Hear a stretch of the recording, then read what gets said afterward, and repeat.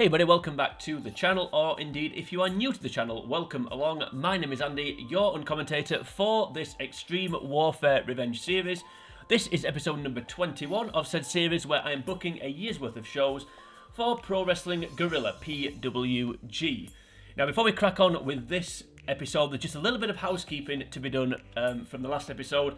So, you may remember, if you've watched it, that I set up a team called the Sky Riders, which was comprised of Trey Miguel and Triton, and I didn't give them a finisher name because I couldn't think of one at the time. However, having thought about it, the name I came up with was the Propeller, which would be some kind of assisted corkscrew splash if I needed to add some more detail. But yeah, so that's now their finisher. The other thing as well, which I needed to deal with. So we had an email from Sonjay Dutt saying that Penelope Ford was not going to get any better in the development territory that we had her in. So I've had a look at her stats, and despite her appearance, which is probably one of her most redeeming qualities, but anyway, move on. I've decided to release her, so she no longer works for me. So I'll just prove there. So she's still got a contract with Beyonce, which is not totally unemployed, but as you can see there from her statistics, and yeah, like I said, not even her looks can save her, but you can see there from her statistics. The only stat over 60 is a charisma, so matches were never going to be great. Didn't quite improve as much as I would have liked. So we've let her go. Anyway, that's that one extra little bit of business I need to take care of. So if you remember from the last episode as well, it was the first episode. It was the first time where Warfare, the weekly show that I book, appeared on a new time slot. So we moved from early evening to prime time. So we're still on VH1, but instead of being early evening, we're now on prime time, which means we've got 11 segments of show we can book instead of 8. So this was the first episode of Warfare on prime time that I booked. So as I said in the last video, tried to give it sort of a Raw after WrestleMania feel, a little bit chaotic. We had plenty of debutants, some returns. Go Shiozaki came back. We had some tag team debuts in particular, and also Mick Foley debuted, which was I thought was quite important. Hashtag butts in seats, of course. Now, one thing I didn't mention in that video was the main event between Tenille Dashwood and Deonna Purrazzo was a number one contenders match for the Women's Championship. So now Tenille is the number one contender for the Women's title and will take on Mickie James for that belt. So I think that's everything tidied up from the last video. So we're going to go back to booking 2 shows. So there's going to be 2 episodes of Warfare booked in this video. As we're going to start building towards our big August event, which is going to take place on the 31st and is called, I can't remember, City of Devils, that's the one. I think it's the same day as Bash in Berlin in real life, but I may be wrong. Anyway, that's not important. What is important is these next 2 episodes. So let's get on with it. Nothing else needs to be said, I don't think. So yeah, as I said, we'll start building towards City of Devils. Now, of course, because we've got 11 segments to book rather than 8, these will take me a little bit longer, so I'll try not to rabbit on quite as much, but apologies if I fail on that one. Also, for full disclosure, I'm recording this on the 7th of August in real life. So if I say anything, which I probably won't, but if I do say anything that's proven to be inaccurate by the time this gets on YouTube, then that is why. Anyway, we're going to kick things off with a follow-up from the debut of Mick Foley in the last show. So we're going to start off with an interview. Now, obviously, this will take place backstage on the game, and if it was real, this would be an in-ring promo. So it'd be the opening 20-minute Raw promo that we've become accustomed to. Anyone that watches Raw on a regular basis. So Mick Foley walked to the ring, and he's going to criticise Excalibur. And the reason, and also this interview or this segment's going to serve 2 purposes. So basically, what would happen here is he'd walk to the ring and he'd say some incendiary remarks, something like, "Oh, I've only been here a week, sorry, and already you're the worst boss I've ever encountered. I've worked with some great bosses." And then it's like a troll. He'd say something like, "I've worked with and seen some great bosses, the likes of Mike Adamle, the likes of Dixie Carter, people that the internet fans seem to think weren't very good on-screen characters." And then he'd build up as I was going to say Paul Heyman. So and I was there in the Land of Extreme when it was run by a vision, a bit like he did it One Night Stand in real life, when he said, "Oh, it was run by a visionary," and then he's obviously talking about Paul Heyman, but then he sends Stephanie McMahon, but in this he'd say like Tiffany or whatever. Was it Tiffany? Whatever Taryn Terrell was called when she was ECW gym. Anyway, so he just basically have light digs at Excalibur, saying that he's hopeless. He will also talk about a 5-on-5 match, or an elimination match that may not be 5-on-5. So he would say that. So we would talk about the event at the end of the month, City of Devils. The Glory Days are going to take over, so they're going to take on the Troop. At the minute, the Troop's got 3 members, and the Glory Days have got 5. So we'll say something like, well, if they can find 2 extra members, great. But if they can't, we're going to take them on. And if we win, or when we win, Mr. Backlund will take over. So Excalibur, you're out of here. And Mr. Backlund's going to be running PWG, and we're going to run it the right way. We want to get out of this. And again, it's like Los Angeles off. Don't you want to get away from Los Angeles and actually, running bigger arenas in front of different fans? The usual cheap heat. Slag the fans off, slag the hometown off. And then he says if the Troop win, then the Glory Days will, disband and we won't bother you again, basically. So he kind of he's backing Excalibur into a corner. So that's setting up that match for down the line. And then obviously mentioned, the Glory Days, the Troop are used to, they're quite happy to battle with men disadvantaged. So I know they'll be up for this match. And if you don't make this match, we'll just continue to ruin the show until you do. So that's essentially what would happen in that segment. So much for getting on with it. Yeah, so that's basically a promo to just re-establish Foley as a heel and to set that tag team match up for City of Devils. Speaking of tag team matches, we're going to have a match between 2 teams that debuted in the last show. So it's going to be Ricky Morton and Robert Gibson, and they're going to take on Nuevo Generacion Dinamite, and apologies for my pronunciation. I will call them NGD for obvious reasons. So it's El Cutrero and Sanson. Yeah, there we go. That one. Dinamita, whatever it is. Right, no titles because they're not the champions, either of them. And NGD will win. And they're actually going to win cleanly. But then after the match, the Barbarian and the Warlord, despite the fact that they're heels and Rock and Roll Express are baby faces, the heels are going to attack the heels. And there is a reason for that happening, which will become clear. Okay, so that's that segment done. That's the first match done. We've then got another backstage segment. Well, the first backstage segment, I should say. Worker proposes team and it's rejected. So Mia Yim is going to ask Deanna Pratt. So basically what would happen here is Deanna Pratt will be doing an interview. Again, if this were real, Deanna Pratt will be doing an interview. She'll be about to answer the question, and Mia Yim would walk in and say, look, obviously Mia Yim's a babyface. They're both babyfaces. Say, look, apologies for interrupting your interview, but I just want to ask you, I know you want to go after Asuka and Katrina and her crew, but I've been battling them for months, and if you want some help in this, you know where I am. Let's team up and deal with these once and for all. And then General will say, with respect, the partners you've had, you've either failed to get the job done or they've got injured. Where's Zelina Vega? Zelina Vega's got injured. So, as much as I respect you and I appreciate the offer, I want to deal with this myself. So she's hopefully not too heelish, but basically she's going to turn down help because whenever Mia Yim tries to get the better of the Stunning Sukeban, as I call them, or I don't know how you pronounce it, so apologies, then you come up short, basically. So Deanna's going to, she wants to do this fight her way. And then Mia Yim's a little bit annoyed as Deanna walks off. Right, next up we're going to have another match, and it's going to be yet another tag team match player. And it's going to be the debut of Bandido within the team with somebody in the troops. It's going to be Bandido and Keith Lee, and they're going to take on Kevin Sullivan and Papa Shango.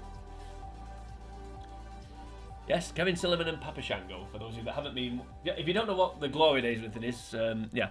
Papa Shang. Okay, I'll change that. Unless it's just because it's too many characters, I don't know. Anyway, move on. I thought I said I can't have spelled that wrong. Okay, anyway, let's not worry about that. So Keith Lee, in fact, no, Bandido can pin Kevin Sullivan. And he can do it cleanly. And we'll not bother doing an aftermath, and it's just to build up tensions between the two groups. Because, of course, we're building up to that big Survivor Series style match at the end of the month. Right, another WWE trope even coming up. So it's going to be an angle, and it's going to be a contract signing. And it's going to be Tennille Dashwood attacking Mickie James. Now, Tennille Dashwood is a little bit like Drew McIntyre in real life, where he keeps getting screwed over. He keeps getting screwed over, but yet he's supposed to be the heel. But like Tennille, to be fair, she's been screwed out of a one-on-one match for a women's championship a couple of times. So she did have a one-on-one match, and then it got spoiled by Katrina or Asuka ran in. So the match got thrown out, and then instead of getting a rematch, Mickie James was added to it as a triple threat, and then Mickie James won the title. So now, and I think she didn't pin Tennille. I can't remember. Anyway, Tennille's basically got a genuine grievance despite the fact she's supposed to be a heel. So she's finally getting a one-on-one match. Anyway, that's basically what they'll talk about here, and then, but Tennille will attack her in the end. Okay, and then it's the in-ring debut of the Skyriders as under that moniker, because they have teamed together before. So it's another tag team match player, because why not? So it's going to be Trey Miguel and Triton taking on, it was supposed to be Aussie Open, but Mark Davis is suspended, so it's going to be the Juicy Product. And this match is going to be a draw. And it's going to be... click the wrong button. No contest or interference. So Foley and Rick Steiner, who returned in the last episode, are just going to run in and beat everybody up. Jimmy can't have destroy everybody, but anyway. Yeah, okay. Just go with that.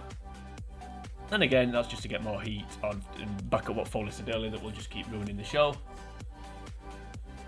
We'll just keep ruining the show if you don't give us this 5-on-5 match, or the big tag match, 5-on-3 or whatever it's going to be. Yep, so that gets Foley on the show twice. Right, this is another follow-up segment from last week. So it's going to be an angle, one-on-one angle, and we're just going to do a confrontation in the ring. I think we can do that, yeah. It's going to be Paige and Katrina. So what would happen here is, so in the last show, if you remember, Paige said she was going to call out Asuka next week. She comes to the ring, she goes to call out Asuka. Asuka doesn't come out, Katrina comes out instead. And they just have a bit of an argument, saying like, Paige is saying like, I don't know what you've got over Asuka, but when I get to speak to her, and I will speak to her, and I'm going to, I know her better than you. I know her better than you do. I've known her longer. I'll get her to snap out of this. Again, we've got the old clicking gimmick. Yeah, I'll get her to snap out of this. Whatever holes you've got over it, it won't last. So Katrina, like the storyline basically here is Katrina's trying to keep Asuka away from Paige because she's worried that she's going to get into her head, and whatever hole Katrina's got over Asuka, it's going to get broken. So that's that segment. Next up, we've got yet another tag team match player. I didn't realise I'd actually booked so many tag team matches on this show, but I kind of do Japanese booking where they only ever book on the smaller cards and like the house shows, they just book a load of tag team matches and save the singles matches for the big events. Anyway, it's going to be the newly minted team of Go Time, so it's Kushida and Go Shiozaki. And they're going to take on Flash Morgan Webster and Mark Andrews. Morgan and Mandrews, as they're called on here. So we'll give Kushida the win. So Kushida is going to pin Flash. Cleanly. Yeah, no aftermath. Doing some clean finishes though, at least. So that's good. For a purpose, is to build up to future match. So that's that is kind of the point of that. We're trying to get go time over as a team.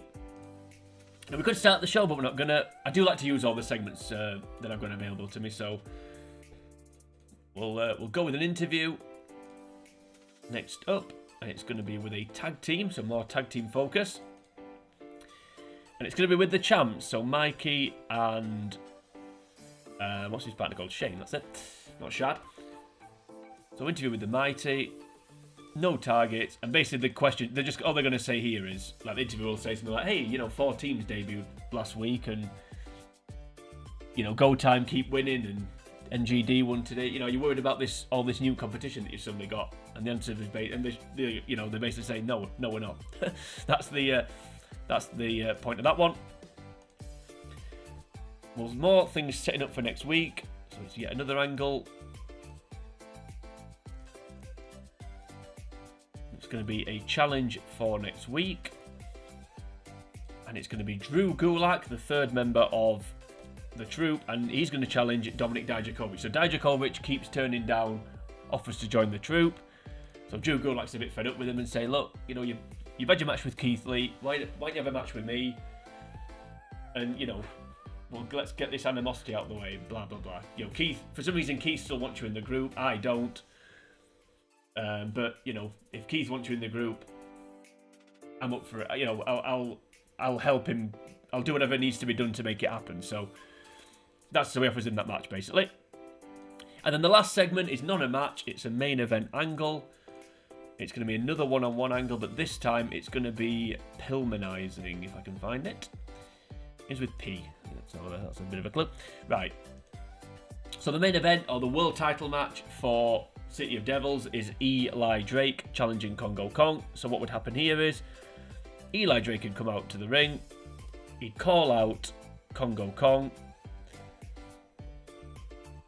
Kongo Kong would come in through the crowd, he wouldn't answer the call. Kongo Kong would come in through the crowd, hit him in the back with a chair, and then do the old Pillmanizing, basically. Two or three jumps off the top rope with his chair in the ankle.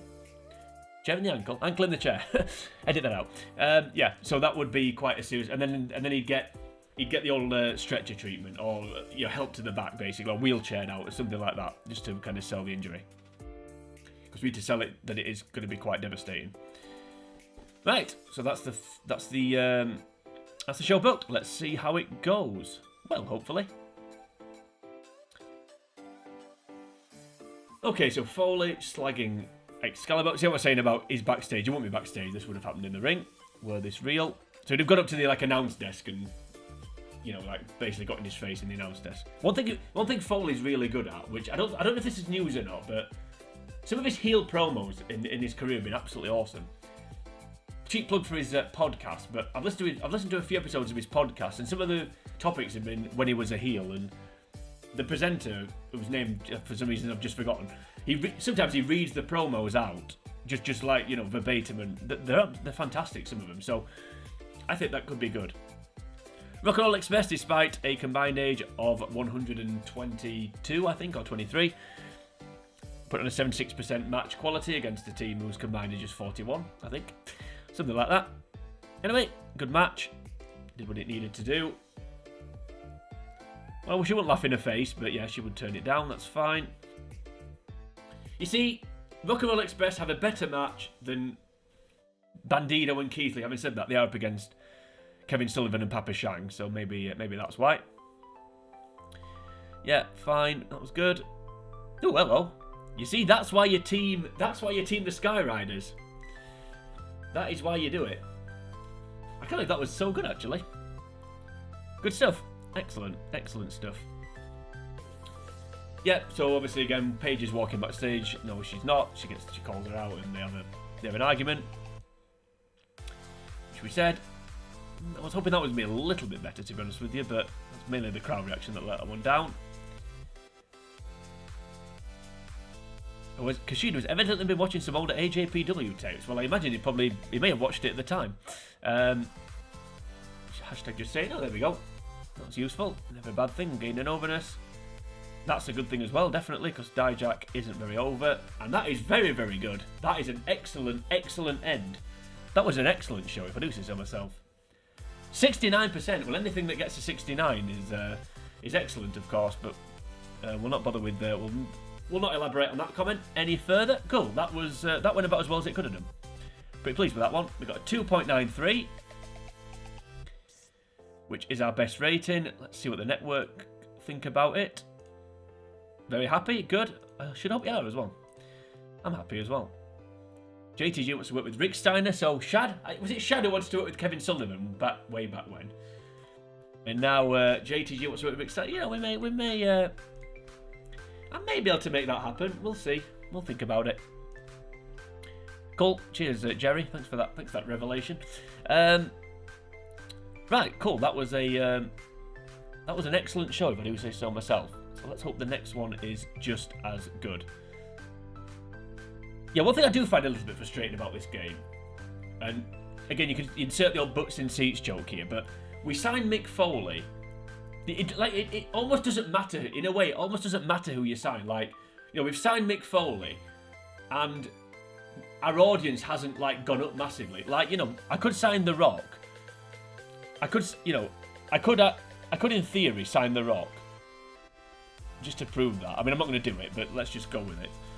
So I could sign The Rock. And if I did, my next rating would be exactly the same as it was last week, or even lower. And my audience, I mean, how many fans did I get? 487. I guarantee if I signed The Rock, the next attendance would be something like that, 500 people. Because it's just predicated by the size of the company. So whether you're cult and your public, or whatever size you are and your public image, that's what your ratings and your audience comes from. It doesn't matter who you sign, and that's what I find a little bit frustrating. Because if I did sign The Rock, let's be honest, I'd be able to get a massive audience. Now, if this were real, which obviously, I mean, if it were real, I wouldn't be able to sign The Rock. So it's kind of academic, really. But you know what I mean? If this were real, if PWG could promote, you will see, if you watch this show or come to this show, you will see The Rock. Then, you know, you could easily sell out a 10,000 seater building, I think.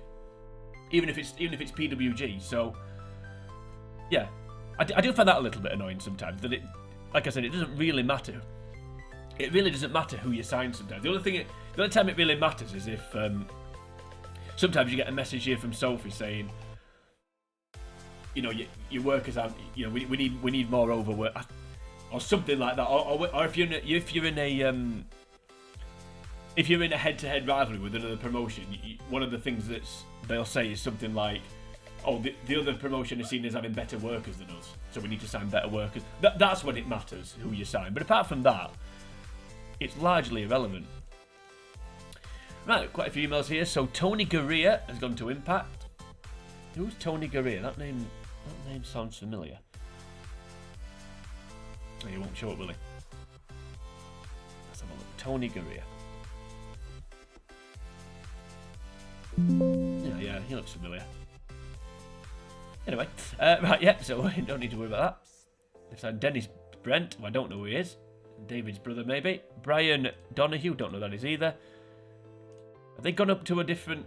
Chad Patton, we know who Chad Patton is. Have they gone up to another level? Aaron Maguire. So TJ Perkins to a written contract, interesting. Taz to a written contract. And that's it. That was interesting. Have they gone up to a different... Yeah, Riz International. I was going to say, normally when there's a few signings like that, it means they've increased in size. So Taz and TJ Perkins. Wow. That is impressive. Where's Impact? There it is. I was thinking of signing Taz, actually. Am I the only person who doesn't like Taz all that much? I feel like I probably am. I feel like that's a little bit controversial. I mean, because of things like Botchamania, you know, he's become a little bit of a hero, but the other thing I don't like about it, don't get me wrong, he's a decent commentator, don't get me wrong, but I don't know if it's an act, but he's a bit like Booker T, where like he's such a mark for himself. It's like it's embarrassing, really. You know, like anyone that does anything that, like, you know, like he's potentially I don't know, he's just such a mark for himself. I don't know if it's just me. You know, there's nothing wrong with being you know, confident or proud of what you've done, or proud of yourself or whatever. But he does it in a way that, for me, he does it in a way that's not likable. I don't know if he does it, like I said, I don't know if it's like a gimmick and he does it on purpose. But yeah, I'm not the biggest Taz fan, I have to say. Anyway, move on. Right, so we're on to the next, heading towards the next Thursday. Our next, that's when our next show is going to be. We're going to be up to National soon. Hey, I did with risen to Regional. That's good. Oh, Triple Mania.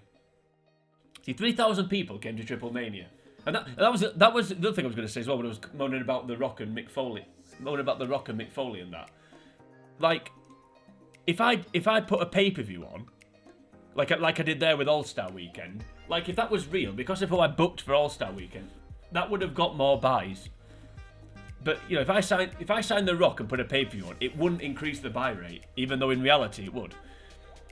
So that is where this game is a little bit frustrating. But given how unrealistic this game is in general, or how you can kind of, you know, fix it if you like, you have plenty of workarounds to it.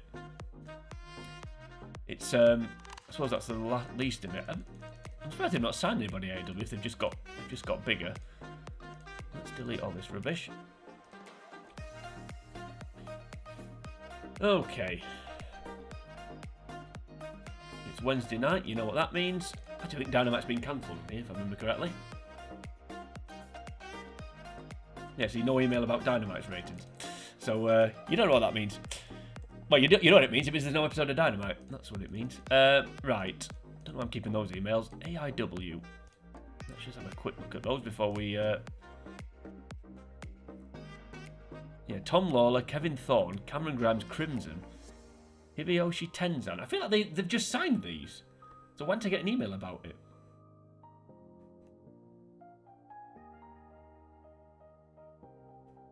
I'm sure Hideyoshi Tenzan was a free agent.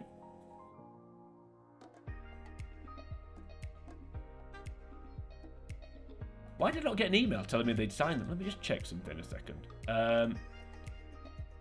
Extreme mail options, yeah. Wrestler hirings. Oh, only direct. Why have I got that as only direct rivals and above? That's annoying. That is a little bit irritating, actually. I mean, I don't suppose it really matters, but I do like to know. I do like to know if people are signing people. I'll have a look at that. I'll go through those options and. Yeah, I'll go through those options then when. After this video's finished. Right, so on to show number 39. The 39th show that I'm going to book. Well, it's going rather well so far. Right. So, we're going to kick things off with another... It's basically going to be a repeat of last week's segment. So, Foley... So, single worker. It's going to be Mick Foley. He's going to be exactly the same basis. He's going to walk to the ring and get in Excalibur's face. And then, you know, Excalibur will confirm that elimination match for control of the company's taking place. But again, he'll just say, you know, incendiary remarks like he did last time. Right, and then we're going to move on to a match, but it's not a tag team match, player. It's actually going to be a singles match, and it's going to be Kairi Sane. This may be a singles debut, actually. Kairi Sane taking on Zeus's, whatever she's called. Now, I think I'm right in saying this, but when we had, in the build-up for that triple threat women's title match, I had a triple threat tag team women's match. Basically, all the three members of the title match found a partner. And I think Gianna Perazzo's partner, if I remember correctly, was Zeus's. So hopefully so the commentators will mention that. Bit of a callback. She wins cleanly. And there's no aftermath, so it's just a simple match. Give Kairi a win. But then after the match, there's an angle. So Gianna Perazzo. So the match will end. Gianna will walk out onto the stage, and she will challenge Kairi for a match at City of Devils. So yeah, so Kairi beats Zeus. Gianna walks onto the ramp and challenges Kairi for City of Devils. So that's that match set up. So the card's getting a little bit bigger now. Right. So we're next up going to have a stable angle, I think. I hope I can do this right when I'm booking here, what I want to book. Right. So the Glory Days are going to beat up the Rock and Roll Express. So basically what's going to happen here is the Rock and Roll Express will be backstage. Glory Days will come up to them and say, hey, you know, you're old. Why don't you join us? Because we're old as well. Basically, you know, that's essentially what's going on here. You know, the powers of pain saved you last week against those young Mexican whippersnappers, those young hammerneggers. So, you know, why don't you come and join us? And Rock and Roll Express will say, well, no, we, you know, it's appreciating modern wrestling that's kept us, you know, increased our longevity. You know, we want to, you know, we want to embrace change, not try and stop it. And Glory Days like, okay, fine, and then they beat them up. So that's that's essentially what's going to happen there. Right. So next up, we'll go for a hype video. So it's going to be another angle, and this is basically going to be a replay of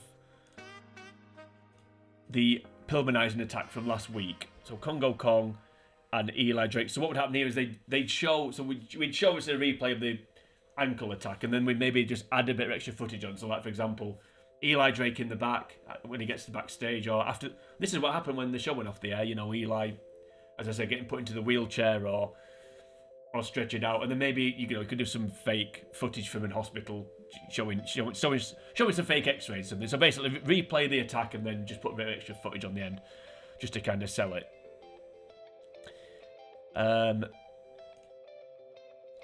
Moving on then to an interview. This is going to be with Mia Yim.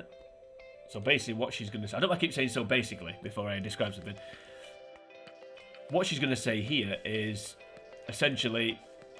You know, the interview will say, well, you know, Deonna rejected your offers to team last week, so, you know, what's next for me? Are you going to keep fighting the stunning Sukeban or what, you know? And then she's just going to say something like, you know, I think I need to, you know, what Deonna said hurt, but in a way she's right. So I think I need to reevaluate. I need to decide what's next for, you know, I don't know what's next for me. I need to go away and think about it. So she's writing herself off for a little bit, basically, by saying she needs to reevaluate what's going on.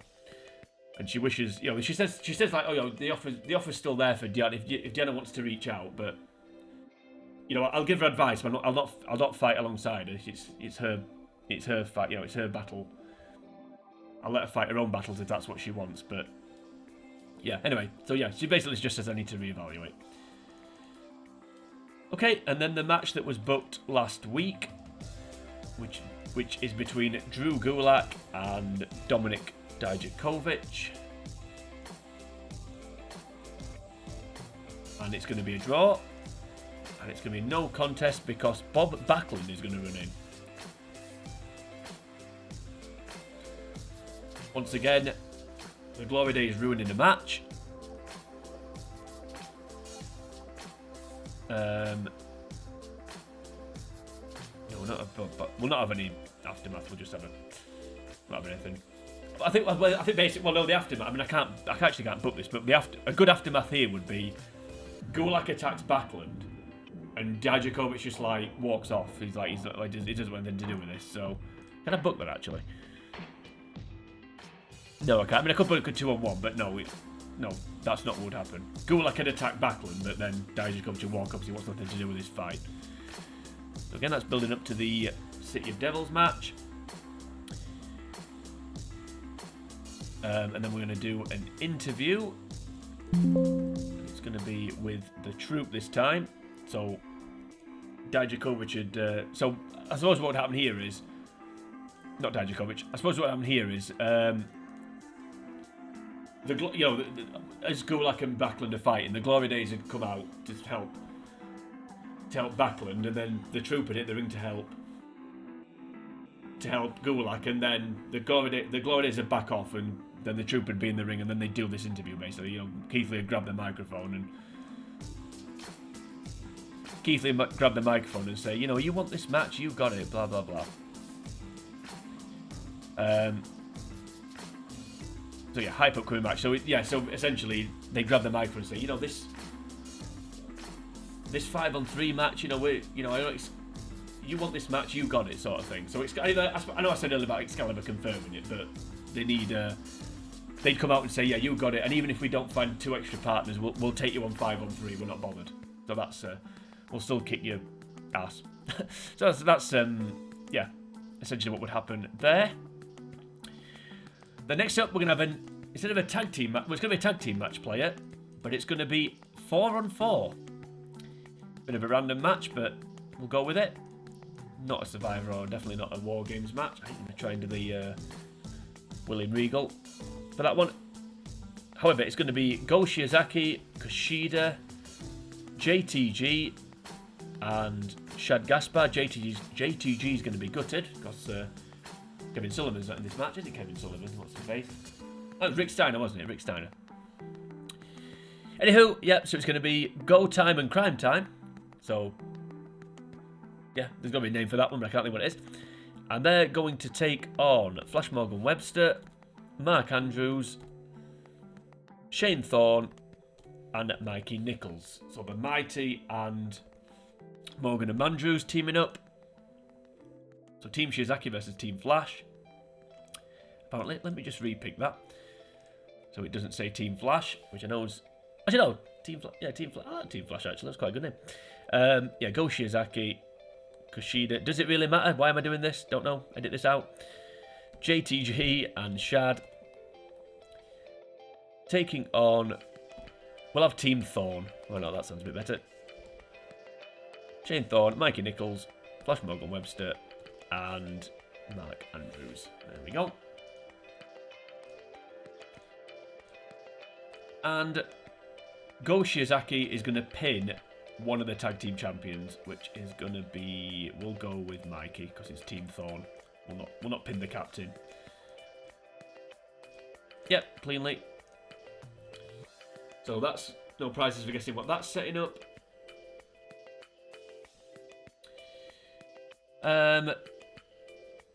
Right, interview. This time with Paige. And she's going to target Katrina. So again, we're keeping Asuka off TV. So verbal attack. So basically, she's just going to say... so she'll just say something like, you know, I know what Katrina's game is. She's trying to keep Asuka away from me, but I will get to her eventually, and I'll expose her for what she is. Katrina, she's talking about, she's not Asuka.